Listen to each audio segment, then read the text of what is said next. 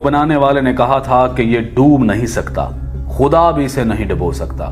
फिर ऐसा हुआ कि पहले ही समुद्री सफर के दौरान वो ऐसा डूबा कि आज तक निशाने इबरत है और उसको देखने वाले जो भी जाते हैं वो भी बड़ी मुश्किल से बच पाते हैं। आज से ठीक 111 साल कबल टाइटैनिक एक अंधेरी रात में एक बर्फानी तोदे यानी आइसबर्ग से टकरा गया था।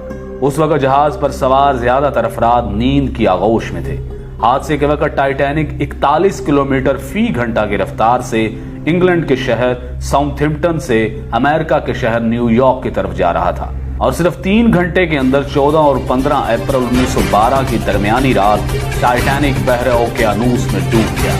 वो जहाज जिसके बारे में कहा जाता था कि वो कभी नहीं डूबेगा, न सिर्फ चंद घंटों में समंदर में गर्क हो गया बल्कि इस हादसे में 1500 के करीब अफराद भी हलाक हुए।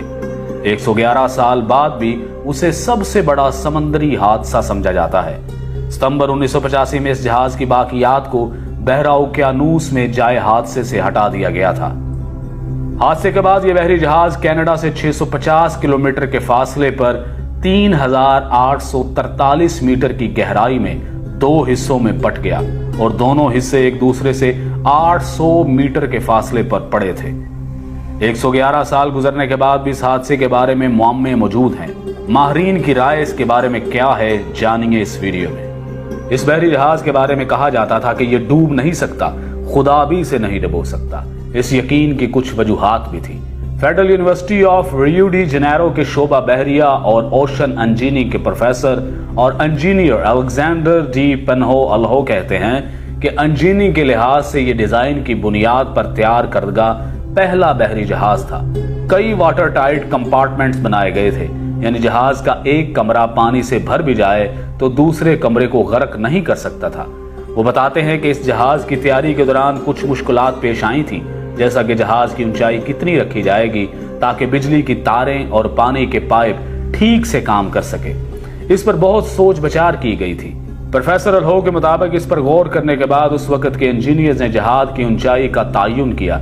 यहाँ तक कि सैलाब की सूरत में उन्होंने अंदाजा लगाया कि पानी छत की ऊंचाई तक नहीं पहुंचेगा। उन्होंने छत पर महफूज कंपार्टमेंट भी बनाए थे, लेकिन तब किसी ने बर्फ के तोदे से जबरदस्त टकराव का सोचा भी नहीं होगा। माहिरीन का कहना है कि तसादुम इतना जोरदार था कि जहाज की मेन बॉडी में जहाज की निसफ लंबाई तक सुराख हो गया था। ऐसी हालत में पानी डेक तक पहुंच गया था। जहाज पानी से भरने लगा था। ऐसी सूरत हाल में रेस्क्यू मुमकिन नहीं होता। आप पानी को निकालने के लिए जहाज में मौजूद तमाम पंप्स चालू कर सकते हैं, आप सब कुछ आजमा सकते हैं, लेकिन जिस रफ्तार से पानी अंदर आ रहा होता है उसी रफ्तार से उसे वापस बाहर नहीं फेंका जा सकता। एक जबरदस्त तसादुम के बाद जहाज की साख में तब्दीली आई और दरवाजे बंद नहीं हो रहे थे, वो फंस गए थे। टाइटैनिक को इस दौर में भी खालस स्टील से बनाया गया था, लेकिन उस वक्त का स्टील ऐसा नहीं था, आज की फुलाद की तरह मजबूत नहीं था।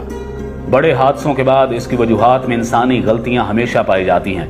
माहिरीन के मुताबिक आइसबर्ग से भरे खित्तों से गुजरने में मुश्किलात के बावजूद इस पर सफर को तेजी से मुकम्मल करने का शदीद दबाव था।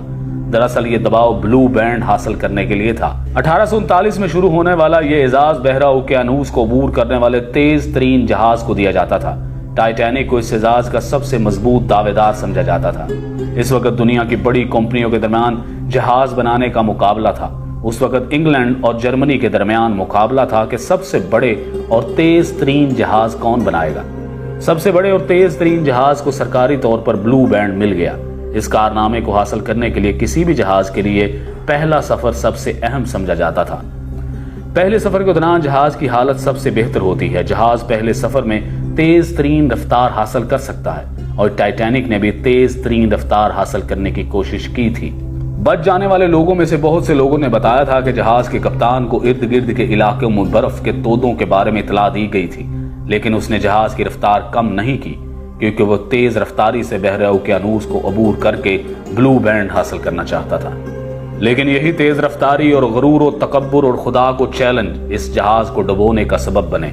टाइटैनिक हादसे में 1500 के करीब अफराद हलाक हुए, जिसके बाद समंदरी जहाजों के हिफाजती निज़ाम को बेहतर बनाने की कोशिशें शुरू कर दी गईं। इस हादसे के बाद समंदरी जहाजों की हिफाजत के लिए रडार जैसे आलात की तैयारी शुरू की गई। ٹائٹینک کے حادثے میں بہت سے لوگ اس لیے مارے گئے کہ ان کے پاس لائف بوٹس نہیں تھی، اور ٹائٹینک میں لائف بوٹس اس لیے بھی کم تھی کیونکہ ان کا دعویٰ تھا کہ یہ جہاز کبھی نہیں ڈوب سکتا۔ اس یقین کی وجہ سے جہاز میں صرف آدھی لائف بوٹس رکھی گئی تھی۔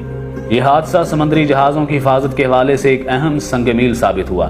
سمندری جہازوں کی حفاظت کے لیے ادارہ جاتی فریم ورک بنایا گیا۔ تعمیر کے دوران حفاظتی پیرامیٹرز کا خیال رکھا گیا، اسے مسلسل بہتر بنانے کے منصوبے پر کام کیا گیا۔ آج کے دور میں ریڈار برف کے تودوں کو بہت پہلے پتہ لگا لیتے ہیں۔